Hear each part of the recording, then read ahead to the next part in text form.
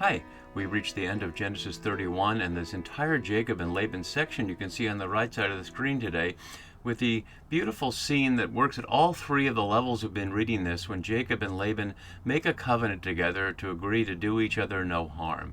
And if you've been following this sequence we've been looking at, we've been reading this at these three levels, and nowhere more than here do these three levels all come out. Where we read at the immediate plot of Jacob trying to get his family now, first escaping from his angry brother Esau, who he's about to return to, but now trying to get away from tricky Laban, who's cheated him 10 times, Jacob says, of his wages.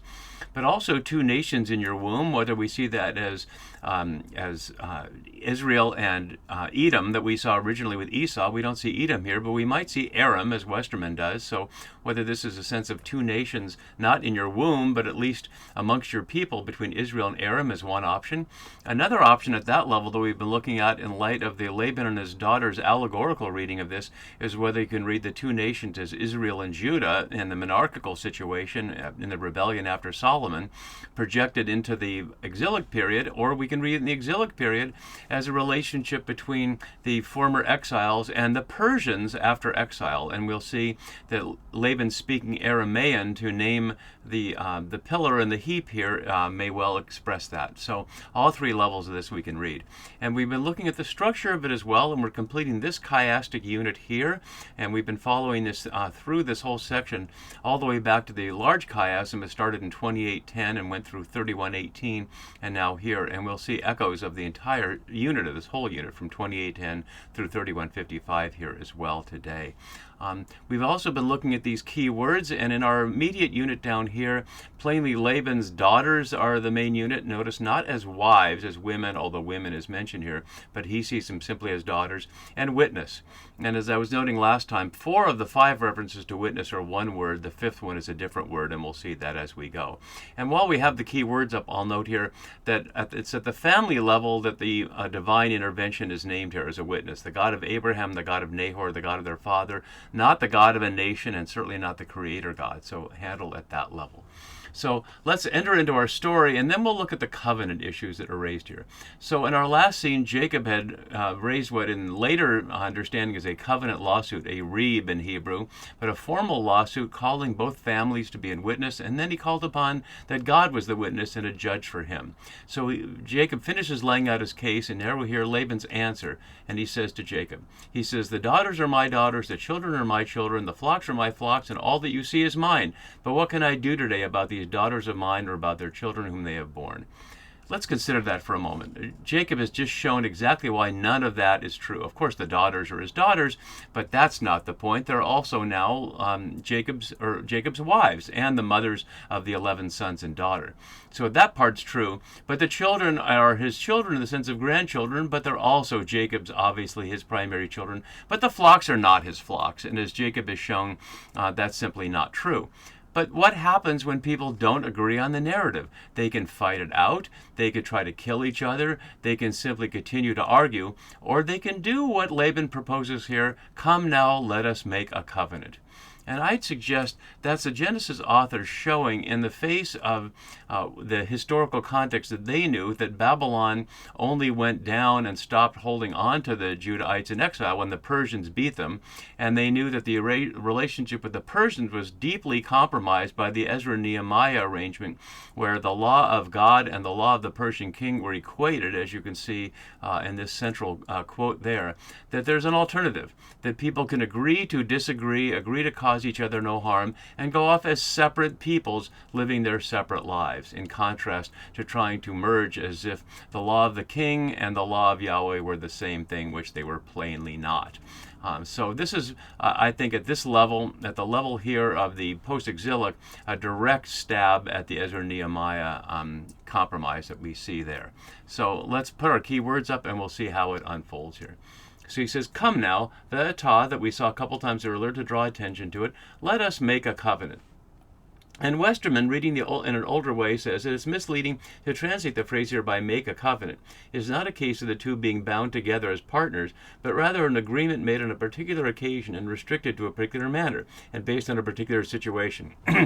But I'd suggest that Westerman has it exactly backwards, that this is the root of covenant and the expansion of it into ongoing relationships, and then metaphorically to the relationship between Yahweh and Israel, or the broader people of Yahweh, is derived from that. And we can see that from the two other times earlier in Genesis where the phrase cut a covenant, karet barit here, is used.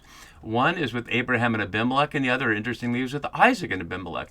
Notice it's not that phrase between Yahweh or Elohim and Abraham or Isaac, because that's not two ways, that's one way. Basically, it's not a covenant at one level. It's God proposing something and telling the person to do it. But these are agreements between at least ostensible equals, and they become equal by engaging in the agreement. And so Abraham and Abimelech made the covenant here over the question of wells. And I note the 7 ewe lambs he gave, which is a kivasot, which is not Rachel, as the ewe lamb was in Jacob's recitation there, was the Rachel's, but is an exchange for a witness. And then they both swore an oath. In the one with Isaac in chapter 26, this is after the wife-sister story, we see that they, which is Abimelech and his military commander, invite to make a covenant to do us no harm, echoing exactly what we see in the one between Laban and Jacob today. And that we have not touched you and have done to you nothing but good and have sent you away in peace. And they make a feast and they ate and drank, and then they exchange oaths and go on their way. There's no exchange of oaths in our immediate scene. Instead, there's a heap and a pillar, but these are simply other ways of accomplishing the same purpose, which is an agreement among people to live their separate ways and treat each other with peace. And that's what we're going to see here. So let's see how it unfolds. And we'll note how Laban does almost all the talking. Jacob does some action here, but Laban does almost all the talking. And in the face of this, his daughters are silent. We've not heard a word from Leah the whole time, but other than Rachel saying, excuse me, my lord, my father, she doesn't call him my father, but my lord, for not getting up off the camel. The way of women is upon me, and that's all she had to say. So this is simply between the men. As I was noting 2 times ago, as feminist scholars and others have noted, Rachel's way is what you do as women when you don't have a system that provides for justice, as the patriarchal one does for the men here. So he says, let us make a covenant, and let it, the covenant, be a witness, one of several witnesses here. Westerman suggests this is incomprehensible because of the grammatical disagreement between it, the covenant, and witness, but I'm not going to worry ourselves about source issues here.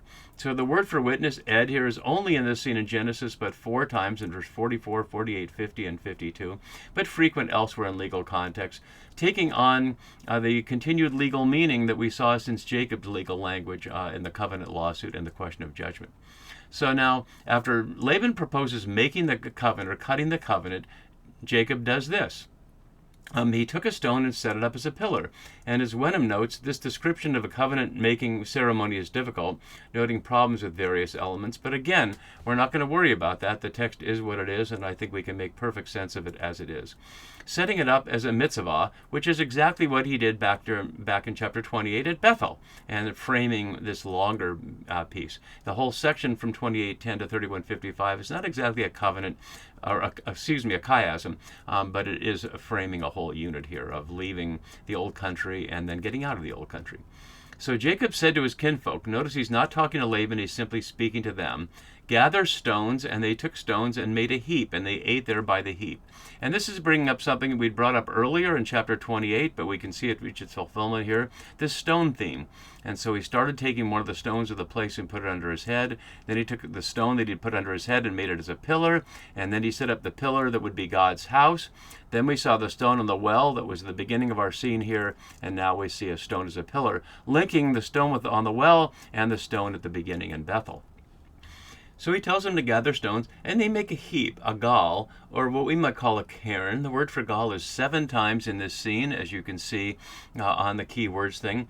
34 times in Hebrew Scripture, and in Joshua a couple times, and once in 2 Samuel, is covering over quote-unquote sacred violence, a theme that was made famous back in the 90s by Gil Bailey, where he explored the way in which violence can become sacred by putting bodies under a pile of stones and making that stone a sacred place, which is what happens in the Joshua scenes and what happens in the Absalom scene in 2 Samuel.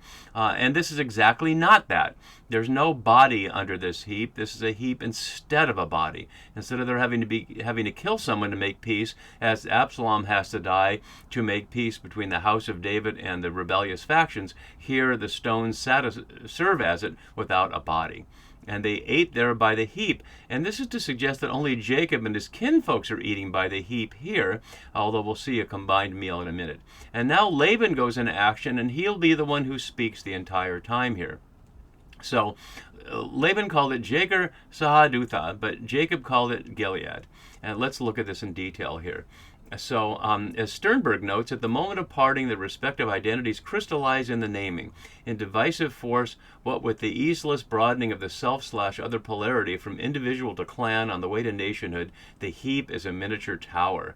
A nice insight from Sternberg, who always has good insights there, highlighting the point I was making is that these are family people. Laban is his uncle, after all, but now through the different language, they're becoming different people, the process of ethnogenesis. As my note further below has, although the text suggests a linguistic difference between them as befitting the later difference between Aram and Israel, what other language would Jacob have spoken, only 2 generations away from Laban? But that's a detail the text covers over, since they all speak Hebrew in the story, including Abram before he was even Abraham. So we're not going to worry about that. But the fact that it's highlighting that Laban calls this an Aramaic term, and we noticed that earlier Laban was called the Aramaean, and I didn't name it there as an ethnic identity. But here's linguistic identity. It raises the question of whether this is for the audience in the face of the post-exilic raising up of Persia over Babylon, with Persia's imperial language being Aramaean. And the Midrash noted that below, noting Daniel 2:4 for the proposition that the Chaldeans spoke Aramaic, which is, say, the Babylonians. Whether that's the case or not, we can read this as a nod to the Persians, that this is a peace agreement in place of the Ezra-Nehemiah agreement with the Persian king. Instead, it's an agreement to leave each other alone. We called it Gilead, and as we see in my note here, both terms mean mound of witness, but since Gal is the term for heap, we can certainly see it in relation to heap. And then Laban offers an explanation here. And as Will Gaffney notes below, the covenant at Mizpah is actually a covenant about the treatment of women, which is what we'll see in verse 50. And notice there's no more reference to the teraphim. We'd seen earlier that after Laban made a whole series of charges about stealing my daughters as if they were prisoners of war, it was really about the teraphim. But since he couldn't find the teraphim, that issue is now dropped away. So Laban says, this heap is a witness between you and me today, and therefore he called it Galeed. And isn't that interesting? Just the verse before he'd called it something else, and Jacob had called it Galeed. So it seems like he's moving along to reach a common ground here. Literally called its name that. And so one can question the grammar of whether it was turning the verb into a passive. They called its name, but we won't worry about that. But he called the pillar Mizpah, which means watchtower, and that's certainly making a play here. And some have read that Yahweh watch between you and me like it's a blessing, but as many scholars have noted, it's much more of a threat, as we see.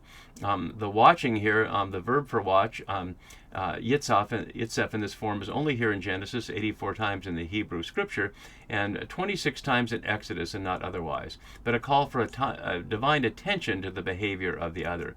Notice he calls upon Yahweh here and not Elohim, who he calls upon in the next verse, but not the gods of his country, of Haran, which we've seen was the fertility moon god Sin, as well as the king god Marduk. He never calls on those. He goes directly over, as he's done all along, to the gods of Jacob's family. So Yahweh watch between you and me when we are absent from one another or hidden from one another. And now comes what his warning is at the end. But if you ill-treat my daughters, and the word for ill-treat here in the PL stem is oppress, anticipated in Yahweh's word to Abraham in the night scene that the Egyptians would oppress the Israelites. We saw it of Sarah oppressing Hagar, and we'll see it of described of Shechem's rape of Dinah, and then we see it in Exodus. So it's certainly another of the many elements of bringing up the Exodus here, but strangely, ironically, suggesting that the oppressive nation needs to warn the oppressed nation to not ill-treat the oppressed ones.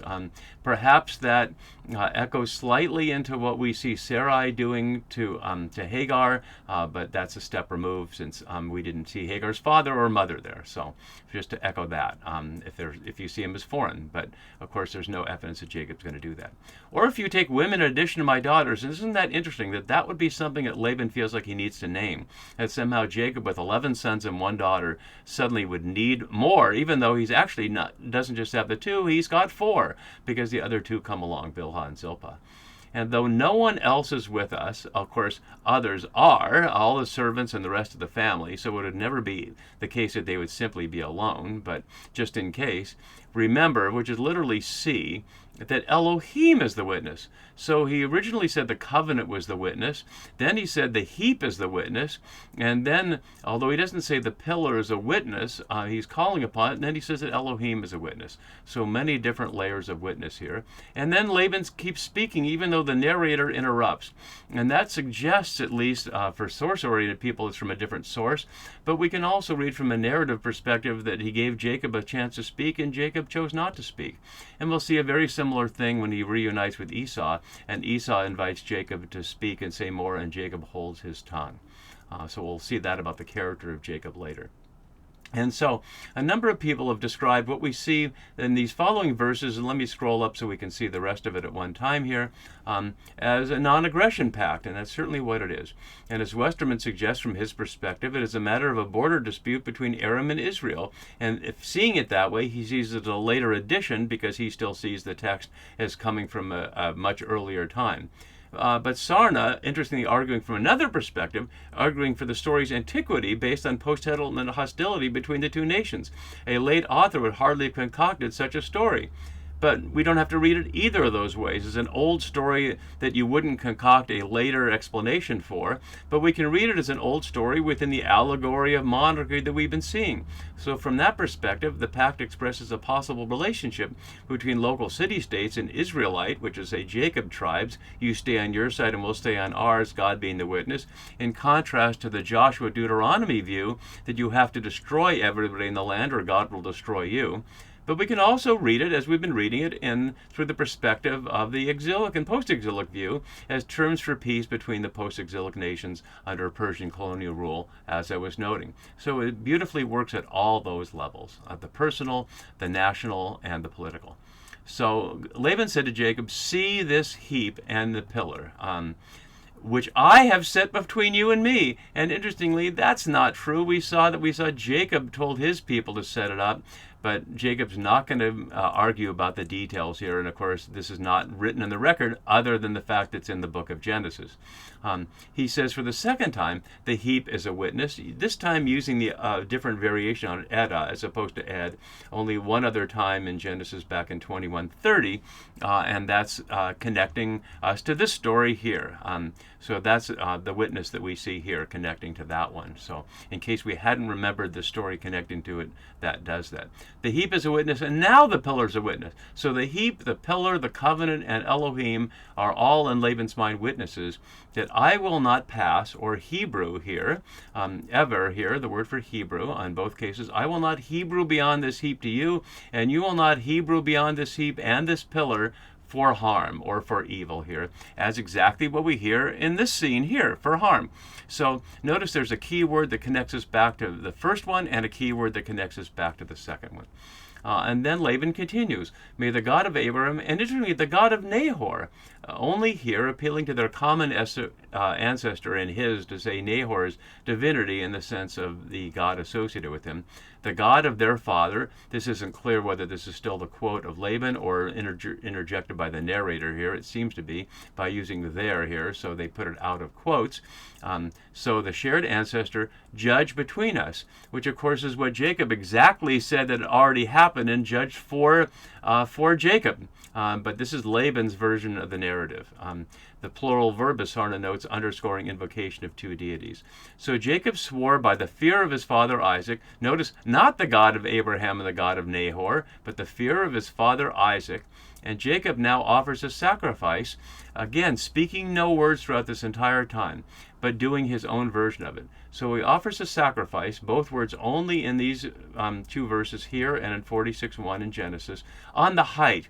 And this is a lovely example of reading it at this level around the Josiah situation, because on the height is literally Bahar, on the mountain, but it's exactly the same term we see here in 2 Kings for what are called, in a negative way, the high places. The king defiled, this is Josiah, the high places that were east of Jerusalem and all these places, which is part of his supposed campaign of reform, to get rid of worship outside of Jerusalem. But as we saw with the original Bethel scene, God was in this place and I didn't know it.